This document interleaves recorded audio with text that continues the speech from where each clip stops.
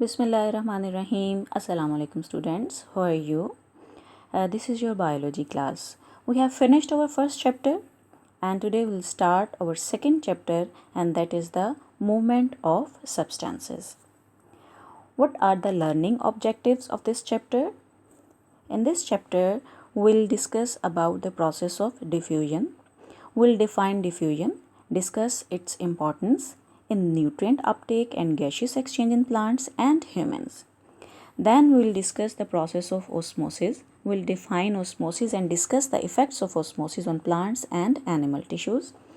In the end, we'll see that what is the process of active transport. We'll define active transport and discuss its importance as an energy consuming process by which substances are transported against a concentration gradient. In this topic, we'll take the example of ion uptake by root hairs and uptake of glucose by cells in the villi. First of all, look at this picture and what are these items? First, this is air freshener. This is also air freshener and this is a mosquito repellent. Once there was a girl that was sitting in her TV lounge and was looking and was watching her favorite cartoon movie on the TV. After some time, her sister came in that room and sat on a chair at a distance from her. But all of a sudden, that girl stood up and started to shout, "Why you used my perfume without my permission?" How this happens? उसकी बहन ने तो उसको नहीं बताया. Her sister didn't tell her कि मैंने वो परफ्यूम उसने इस्तेमाल किया है उससे पूछे बगैर. Then how she came to know that her sister had used her perfume? अच्छा, दूसरा अगर आप देखो, if you are sitting in your room and you are doing your homework, all of a sudden you feel the smell of biryani and you suddenly woke up from your bed and rushed towards the kitchen and asked your mom, "Mama, क्या आप बिरयानी बना रहे हो?" How the smell of biryani reaches you and how the smell of the perfume reached that girl. This we will study today. Okay? Now what happens when you spray air freshener in one corner of the room? अगर आप अपने घर में एक कमरे के corner पर air freshener को स्प्रे करते हैं तो वो एयर फ्रेशनर जो है वो पूरे रूम में स्प्रेड हो जाता है. हाउ दिस हैपन्स, ये कैसे होता है? Look at this picture. The gas particles spread out from the source to the rest of the room. ठीक है. The initial area, this area here, that was the source, and the particles from this source spread out to the rest of the room. Look at this picture.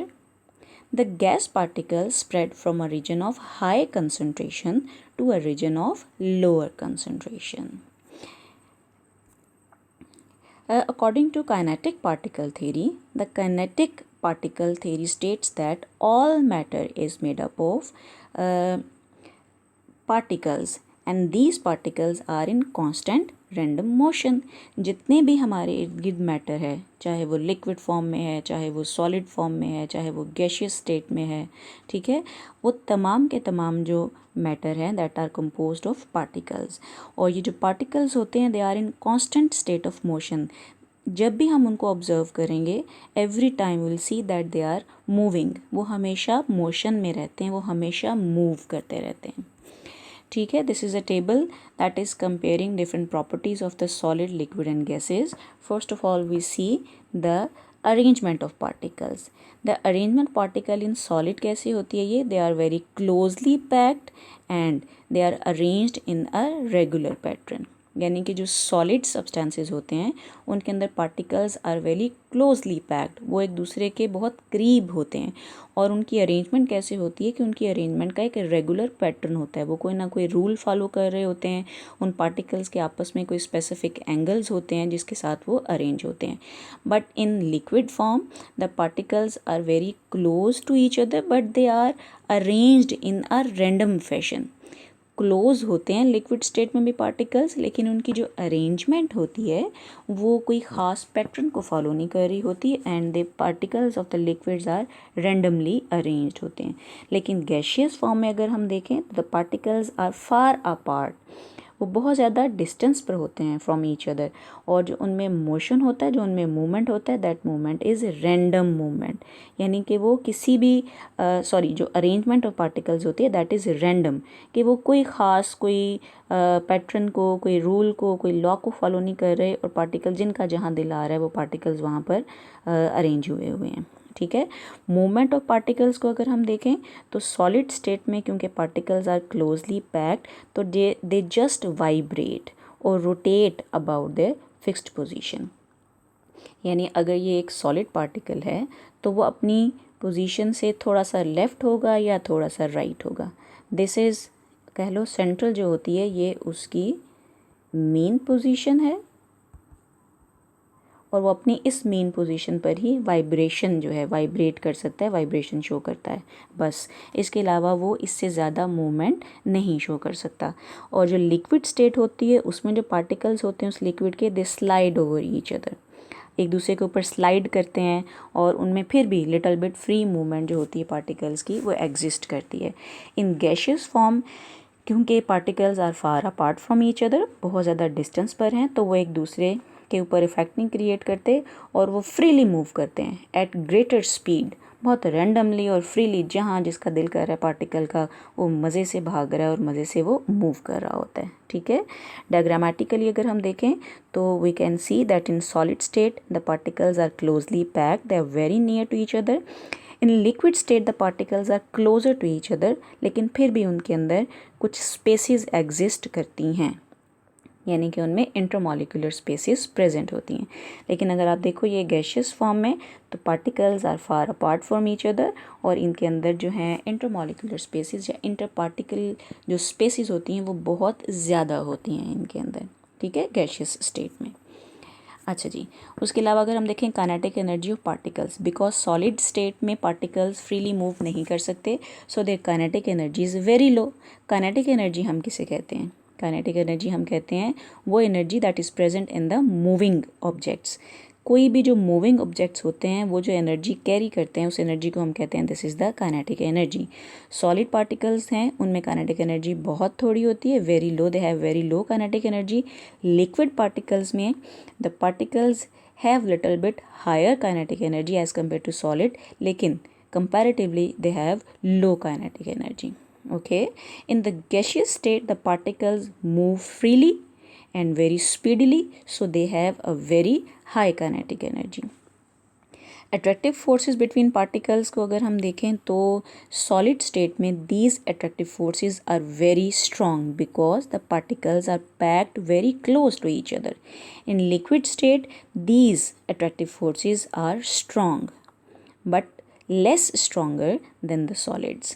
ठीक। And in gaseous form these attractive forces between particles, जिनको हम intermolecular forces भी कहते हैं, these are very weak because the particles are far away from each other, बहुत ज़्यादा distance पर होते हैं एक दूसरे से। So attractive forces between the particles of the gases are very weak. अच्छा, अब अगर हम मूविंग मॉलिक्यूल्स के हिसाब से देखें तो in which state are molecules able to diffuse, तो सॉलिड स्टेट में you can see in this diagram कि the particles are very closely packed. Liquid form में they are little bit away from each other, and in gaseous form they are far away from each other. So molecules in liquids and gases are constantly moving and bumping into each other. This means that they tend to spread out. इसका मतलब है कि जो liquid form होगी हमारी या जो gaseous form होगी हमारी, उसमें particles are able to readily diffuse, but the diffusion in the solid is little bit difficult, क्योंकि उनमें particles की जो movement है वो restricted movement होती है, वो freely move नहीं करते. So जो liquid के particles होंगे या जो gaseous के particles होंगे, they tend to spread out, वो बिखर जाते हैं, वो स्प्रेड हो जाते हैं, वो मूव फ्रीली करके तो सारे एरिया को कवर कर लेते हैं. इसका मतलब है कि जो लिक्विड और जो गैशियस फॉर्म में जो मटेरियल होगा वो इजीली डिफ्यूज़ कर सकता है, और जो सॉलिड स्टेट में होगा मैटर, उसकी डिफ्यूजन का रेट जो है या वो उसमें जो प्रोसेस ऑफ डिफ्यूजन है that will be little bit difficult. Now movement of air particles. Air freshener particles spread from a region of higher concentration to a region of lower concentration. हमने अपनी previous slide में देखा कि जब हमने अपने room के कॉर्नर पर एयर फ्रेशनर को स्प्रे किया तो the particles of air freshener जो हैं वो पूरे रूम के अंदर स्प्रेड हो गए थे. इसका मतलब है कि जो पार्टिकल्स हैं एयर फ्रेशनर के वो from a region of higher concentration, यानी कि वो एरिया जहाँ हमने परफ्यूम को स्प्रे किया था, वो कॉर्नर, वो जगह, वो एरिया होगा the region of higher concentration, क्योंकि उस एरिया में जो एयर फ्रेशनर हैं उन पार्टिकल्स की का काउंट ज़्यादा होगा. अब जो एयर फ्रेशनर के पार्टिकल्स हैं वो from a region of high concentration, उस एरिया से वो स्प्रेड हो जाते हैं towards a region of low concentration, यानी वो एरिया जहाँ पर इन पार्टिकल्स की कंसंट्रेशन बहुत कम है उस तरफ ये पार्टिकल जो हैं ये मूव करना शुरू कर देते हैं. ठीक है. The two regions of different concentrations form a concentration gradient. Mean ये देखें कि एक रीजन है a region of high concentration और एक रीजन है the region of low concentration और नो कंसंट्रेशन. ठीक है. These are two regions. अब इन टू रीजन्स में कंसंट्रेशन के डिफरेंस की वजह से जो एक आप कह लो स्टेट डेवलप होती है उसे हम कहते हैं this is the concentration gradient. Gradient mean difference. इन रीजन्स में, टू रीजन्स में डिफरेंस ऑफ कंसंट्रेशन की वजह से कंसंट्रेशन ग्रेडियंट जो है ये डेवलप हो जाता है. ठीक है. अब क्या होगा कि एक है रीजन ए जहाँ पर particles are present in very high concentration. ठीक है. This is the region A. यहाँ पर आप देखें the particles of the air freshener are in high concentration and this is the region B where the particles of air freshener are in low concentration.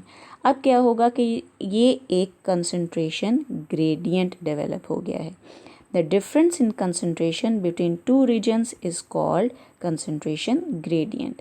अब क्या होगा कि molecule जो हैं because they possesses kinetic energy, क्योंकि वो move कर रहे हैं, particles are moving in nature, so they move down a concentration gradient. Down का मतलब है कि वो कंसंट्रेशन ग्रेडियंट की डायरेक्शन को फॉलो करेंगे और from an area of high concentration towards an area of low concentration जो है उसको वो उस डायरेक्शन में वो मूवमेंट शो करते हैं. ठीक है.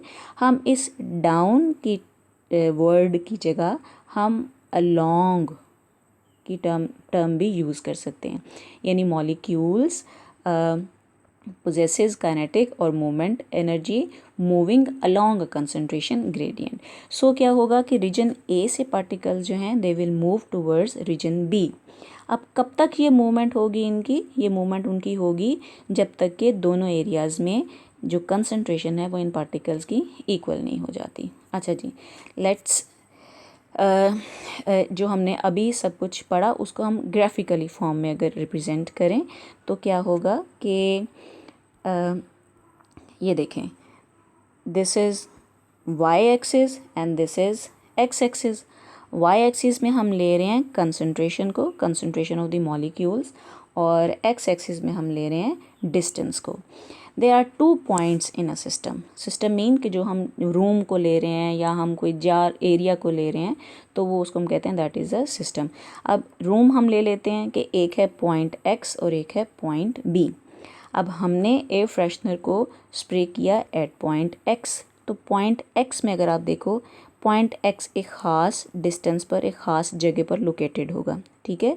और जब हमने उसके ऊपर परफ्यूम को स्प्रे किया तो it has a specific concentration. अब एक है पॉइंट वाई, वहाँ पर इन पार्टिकल्स की कंसंट्रेशन बहुत लो है, और ये जो पॉइंट वाई है that is present at distance from point X. ठीक है, अब देखो यहाँ concentration is high and here concentration is low. So क्या है कि एक कंसंट्रेशन ग्रेडियंट डेवलप हो जाता है, और जो मॉलिक्यूल्स होंगे they will diffuse down this gradient, यानी कि वो इस ग्रेडियंट को फॉलो करते हुए इस ग्रेडियंट के अलोंग मूवमेंट जो है वो शो करते हैं। ठीक है, अब पार्टिकल्स की मूवमेंट की डायरेक्शन क्या होगी? The particles will move from point X to point Y, क्योंकि पॉइंट एक्स पर the concentration of particle is high and at point Y the concentration of particle is low. So the direction of movement of particle will be from point X to point Y. The steeper the concentration gradient for a substance, the faster the rate of diffusion is for that substance. इसको अगर हम graphically देखें, अगर y axis हमारा show करती हैं rate of diffusion और x axis हमारा शो कर रही हैं कंसंट्रेशन ग्रेडियंट, तो क्या है कि जितना ज़्यादा कंसंट्रेशन ग्रेडियंट होगा रेट ऑफ डिफ्यूजन उतना ही ज़्यादा होता है। ठीक है, इसको हम कैसे समझ सकते हैं? Look at this picture. ये फ़र्ज़ करें कि दिस इज़ अ रूम, हमने इसके इस कॉर्नर पर परफ्यूम स्प्रे किया। ठीक है, now this is point A and this is point B. अब देखें, at point A the concentration of particle is very high and at point B there are no molecules. So concentration gradient का difference between point A and B बहुत ज़्यादा है।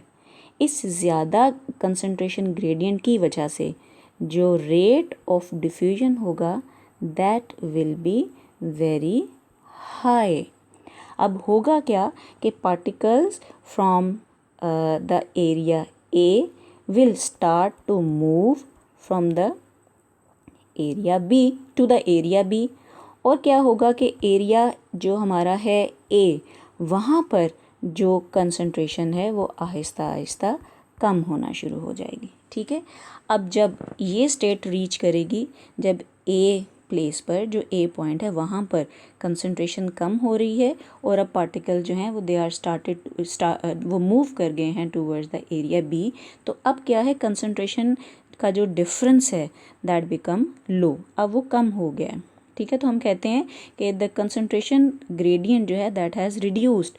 अब क्या होगा कि जो रेट ऑफ डिफ्यूजन है वो स्लो हो जाएगा, ठीक, पहले के कंपैरिजन में। अच्छा जी, अब नेक्स्ट अगर हम देखें, जब रेट ऑफ डिफ्यूज़न हो रही है यानी पार्टिकल्स मूव कर रहे हैं, तो एरिया ए में कंसंट्रेशन पार्टिकल्स की और लो हो जाएगी and these particles will be distributed in all place, हर जगह पर, हर स्पेस पे वो कवर कर जाएंगे। ठीक है, अब एक स्टेट ऐसी आएगी कि जब the concentration gradient become zero, यानी कि जो पार्टिकल्स हैं उन्होंने सारा एरिया इक्वली कवर कर लिया है, they are homogeneously distributed in that area, अब there is no concentration gradient, तो जो रेट ऑफ डिफ्यूजन है दैट बिकम ज़ीरो, वो ज़ीरो हो जाएगा क्योंकि particles are evenly distributed in the room. अब देयर इज़ नो डिफ्यूजन। ठीक है, अब डिफ्यूजन स्टॉप हो जाएगी। सो अगर आप इस ग्राफ को देखें तो the steeper the concentration gradient, steeper का मतलब है हाई, जितना ज़्यादा कंसंट्रेशन ग्रेडियंट हाई होगा किसी भी सब्सटेंस का, उसका रेट ऑफ डिफ्यूजन भी जो है दैट विल बी फास्टर, और जो कंसंट्रेशन ग्रेडियंट रिड्यूस होता जाता है the rate of diffusion decrease होता जाता है।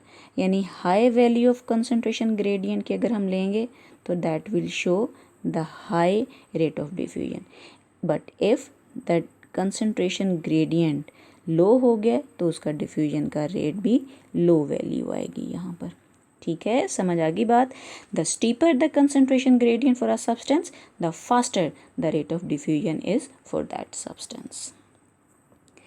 Okay, movement of air particles, अगर अब हम देखें, air freshener particles will keep moving down the concentration gradient until the particles are evenly spread out. आपने प्रीवियस शुरू की स्लाइड में भी देखा कि एक कॉर्नर में स्प्रे हुआ था और पार्टिकल्स मूव करते रहेंगे from an area of high concentration towards an area of low concentration. कब तक मूव करेंगे?